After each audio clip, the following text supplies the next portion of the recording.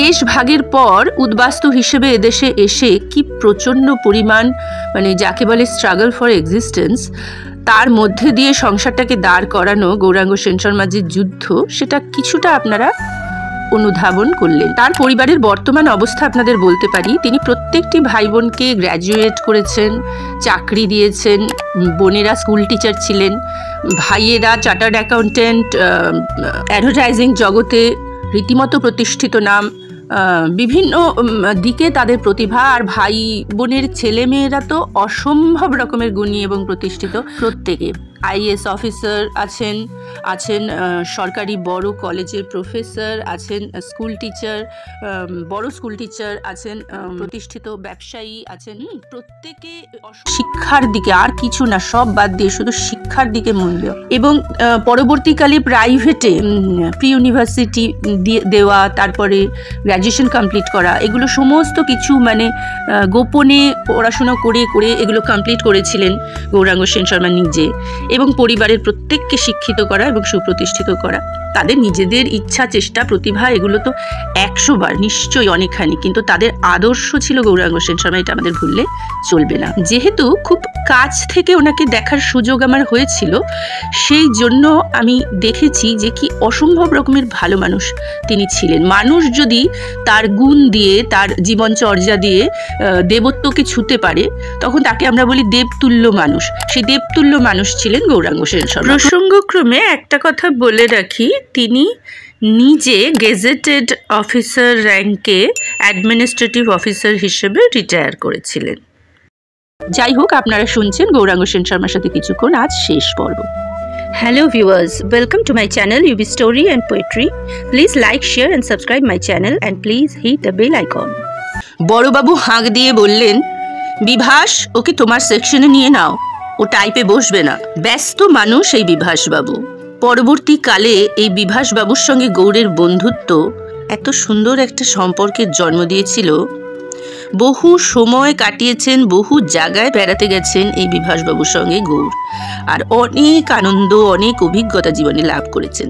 বিভাসবাবু আস্তে আস্তে গৌড়ের বেস্ট ফ্রেন্ড হয়ে উঠেছিলেন। যাই হোক, চাকরি জীবনের প্রথম দিনের যে গল্প করছিলাম, গৌড়কে টেলিফোন বক্সের সামনে বসিয়ে দিয়ে দূরে নিজের টেবিলে গিয়ে বসলেন বিভাসবাবু। গৌড় এ যাবৎকাল টেলিফোন বলে কোনো বস্তুই চোখে দেখেনি, ফোন ধরা তো অনেক দূরের কথা। কালো বাক্সটার সামনে ভয়ে ভয়ে সে বসে আছে।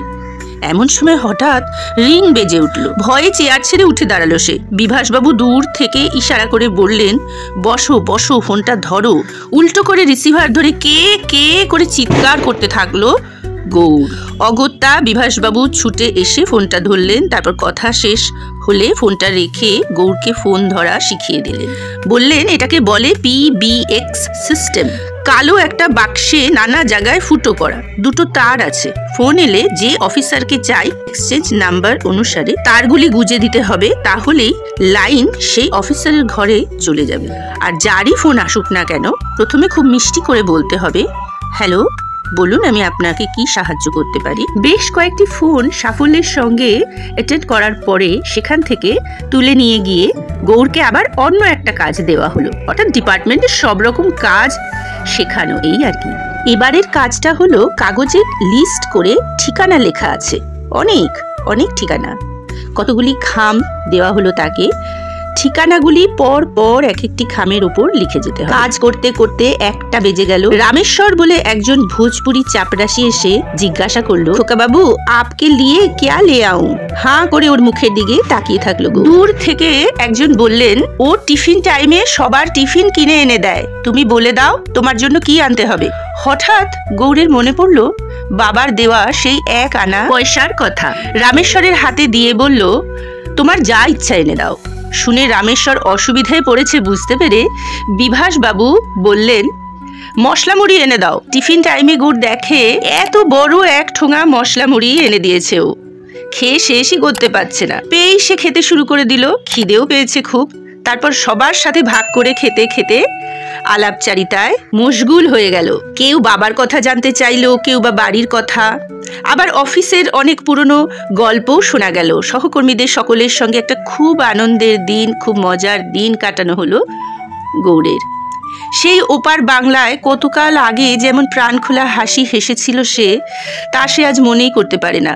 অনেক কাল বাদে খুব ভালো একটা আড্ডা দেওয়া গেল। বিকেল 5টায় ছুটির পর আবার খাতায় সই করে বাড়ির পথে পা বাড়ালো গো। বাড়িতে সবাই অধীর আগ্রহে অপেক্ষা করছে কখন গৌর বাড়ি ফিরবে, কখন তার কাছে সারা দিনের গল্প শুনবে তারা।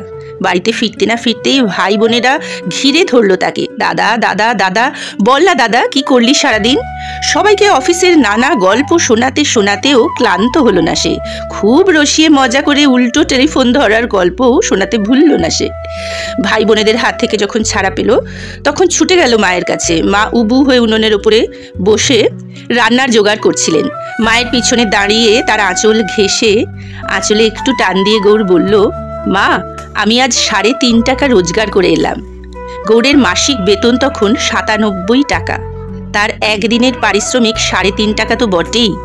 মা শান্ত স্বরে বলল, হাত মুখ ধুয়ে আয় গৌর, কিছু খেয়ে নে। আমরা সুখের স্ফীত বুকের ছায়ার তলে নাহি চরি, আমরা দুঃখের বক্র মুখের চক্র দেখে ভয় না করি। ভগ্ন ঢাকে যথাসাধ্য বাজিয়ে যাব জয়বাদ্য, ছিন্ন আশার ধ্বজা তুলে ভিন্ন করব নীলাকাশ, হাস্যমুখে অদৃষ্টেরে করব মোরা পরিহাস।